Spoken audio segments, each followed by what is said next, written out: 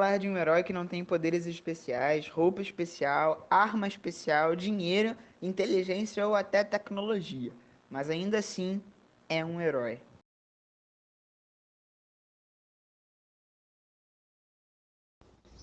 Na vida desse herói, tudo começou em um templo, quando a mãe dele estava orando. Antes de você entender sobre esse herói, você precisa entender um pouco sobre a mãe dele.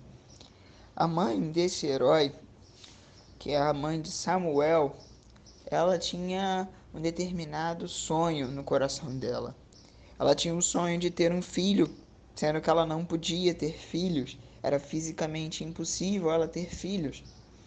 E ela orava no templo todas as vezes para Deus, pedindo: Senhor, eu quero um filho, eu quero um filho, eu quero um filho.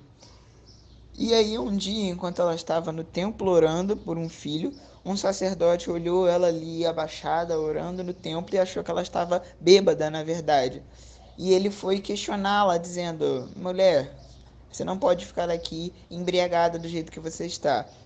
E a mulher disse: não, na verdade eu estou orando, pedindo a Deus para ter um filho. E então o sacerdote falou para ela, muito arrependido, e disse para ela: qualquer coisa que você tenha pedido a Deus, ele vai realizar. E assim começa a história do nosso herói, um milagre de Deus realmente para essa mulher, a mãe de Samuel, que se chamava Ana. E tendo ocorrido isso, ela foi para casa muito feliz contar para seu marido que Deus iria então conceder um filho a ela. E antes de a gente continuar, quero falar um pouco sobre esse sacerdote. Esse sacerdote tinha dois filhos que não tinham respeito algum pela casa de Deus. Eles não tinham respeito nenhum por Deus, pela palavra de Deus ou sequer por seu pai. Então, eles eram encrenqueiros, arruaceiros, brigões e incomodavam as pessoas que queriam fazer suas ofertas no templo. E o pai deles, o profeta, não fazia nada para castigá-los, nada para repreendê-los e nada para que eles parassem. Mas voltando para a nossa história original, Samuel então nasceu. E como a mãe dele, Ana, havia prometido, disse para Deus que quando ele parasse de mamar, ele ia para o templo, ia ser criado no templo como servo da. E assim foi feito. Quando ele ainda era um bebezinho, ainda necessitava da mãe, ele ficou com Ana, na casa de Ana e de seu marido. Mas quando ele teve um tamanho e já não precisava mais tanto de sua mãe, Ana o levou para o templo, para o sacerdote, para que então ele pudesse ser criado e ela cumprisse o voto que ela fez com Deus. E foi, de fato, a melhor decisão da vida dela e da vida de Samuel também. Samuel, então, muito pequenininho, já está no templo e começa então ali a servir a Deus no templo, a trabalhar ali realmente e aprender com o sacerdote o que deveria ser feito e como fazer tanto as ofertas como a adoração a Deus e dentre outras coisas. E desde pequeno Samuel já mostrou interesse na casa de Deus e na palavra de Deus, em perdoar, em amar ao próximo, em ser interessado realmente em oração, entre outras coisas. Se tornou, ali a gente já via que ele estava se tornando um grande profeta, um profeta que iria guiar uma nação. E em uma noite, Samuel estava dormindo quando ele escutou uma voz, alguém chamava o nome dele. E então ele se levanta à noite e vai falar com o profeta. E quando ele chega para falar com o sacerdote, o profeta, ele então fala: por que você me chamou? E o sacerdote, sem entender nada, diz para ele: eu não te chamei, volte a dormir. E assim foi. Depois da terceira vez que ele escuta essa voz, ele volta novamente a falar com o sacerdote. Ele fala: por que o Senhor está me chamando? E o sacerdote fala: não fui eu que te chamei. E logo o sacerdote percebe e fala para Samuel fazer o seguinte: da próxima vez que alguém te chamar, diga: estou aqui, Senhor. E assim Samuel foi novamente voltar para sua cama, como o sacerdote havia mandado. E dessa vez, quando a voz chamou, Samuel já tinha se levantado e disse: estou aqui, Senhor. Uma luz desceu sobre ele, e então o Senhor Deus Todo-Poderoso, Deus de Israel, começou a falar com Samuel e disse: Samuel, você será um profeta na minha nação, você será aquele que vai espalhar as minhas boas obras, a minha palavra, você é correto e é segundo o meu coração, de fato você é um homem a quem eu me orgulho. E você vai dizer ao sacerdote que uma grande maldição vai vir sobre a casa dele, se ele não controlasse os seus filhos. E assim Samuel escutou atentamente a voz do Senhor. E aí, nessa época, o povo estava em uma grande batalha, uma grande guerra. E os filhos, lembram-se deles? Os filhos do sacerdote, acontece que eles tinham também que ir para a guerra, eles eram soldados. E eles, tendo em vista que eles estavam perdendo, decidiram roubar a Arca da Aliança. Para quem não sabe o que é a Arca da Aliança, a Arca da Aliança era uma arca feita de ouro, onde continha objetos totalmente sagrados e divinos, e cujo representava a presença de Deus, e as pessoas não podiam tocar fisicamente nela, apenas sobre unção ou até mesmo com, às vezes, almofadas e pedaços de pano. Esta arca simbolizava e representa totalmente a presença de Deus e a santidade de Deus.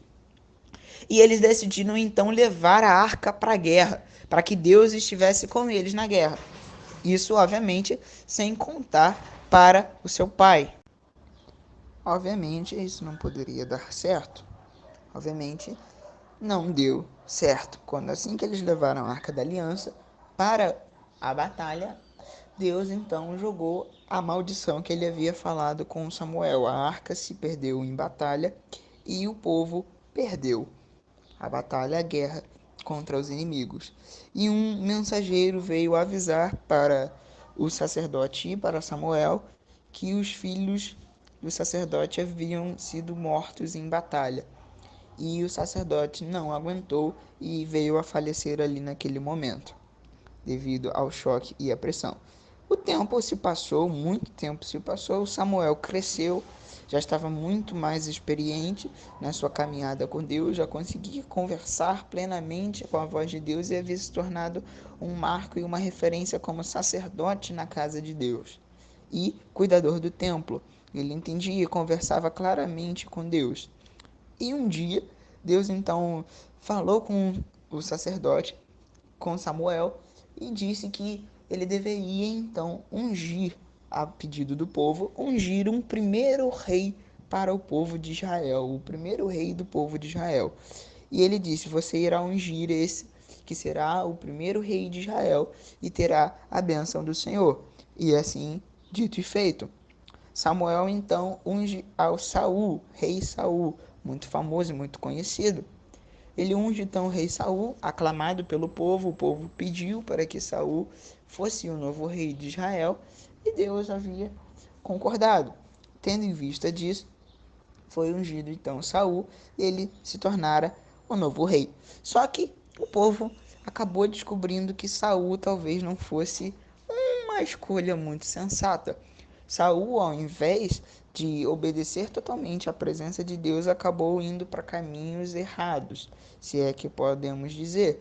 Acabou procurando feiticeiros, magos e também a sua própria imagem, se afastando do caminho de Deus. Inclusive, ele e Samuel tiveram muitas brigas e discussões ao longo de um bastante período, em que Saul escolhia fazer as suas próprias decisões e ignorava as decisões de Samuel, decisões que Deus enviava a Samuel.